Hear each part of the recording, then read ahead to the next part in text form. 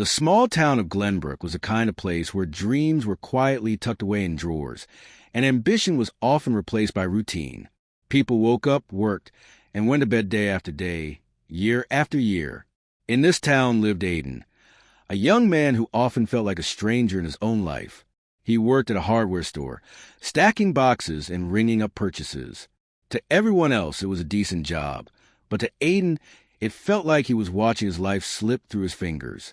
It wasn't that Aiden was lazy or ungrateful. He just couldn't shake the feeling that he was meant for something more. Ever since he was a child, he dreamed of being a speaker who could inspire people to break free from their limitations. But over time, that dream had been drowned out by the voices around him. Be realistic. That's not how life works. Just be happy with what you have.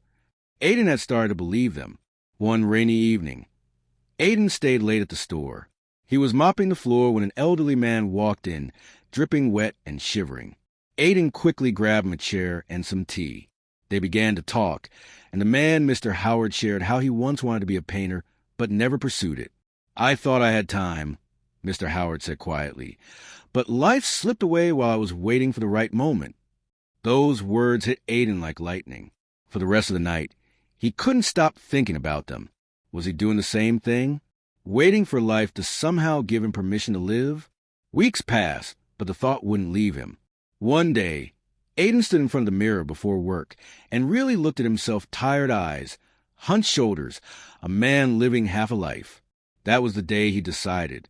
He didn't know exactly how, but he was going to chase his dream. Not tomorrow, not when things were better. Now, he started small. After work, he'd spend an hour practicing speeches in his room, speaking as if thousands were in front of him. He read books on public speaking, watched videos, and even attended free workshops. It was terrifying. He felt awkward, his voice shook, and sometimes he forgot what to say. But every night, he reminded himself, you weren't born to be average. You were born to rise. Months later, an opportunity came. A local charity was looking for someone to give a motivational talk at their event. Aiden's heart pounded when he saw the ad. Part of him whispered, "You're not ready." Another part screamed, "This is it." He applied. When the day arrived, he stood backstage trembling. His palms were sweaty and his throat felt dry. Then he remembered Mr. Howard's words, how time can slip away.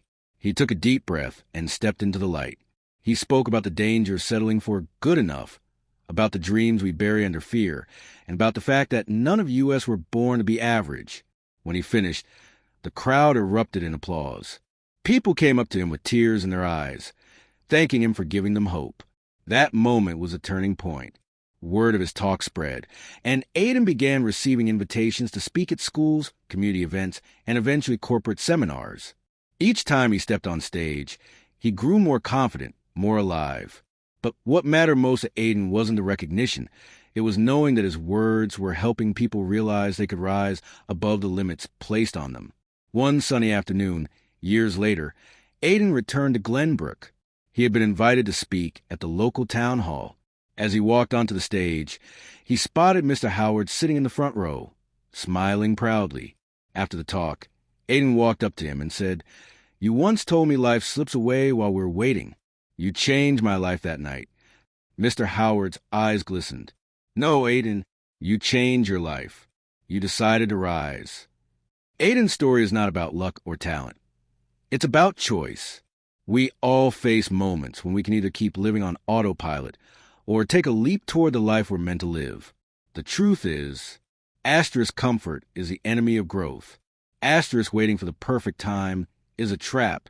Asterisk you don't have to be extraordinary to start. You become extraordinary by starting. So, if you've been playing small, letting fear or doubt dictate your path, remember this. You weren't born to be average. You were born to rise up. The world doesn't need another person who simply survives. It needs you. Fully alive, unapologetically chasing your purpose.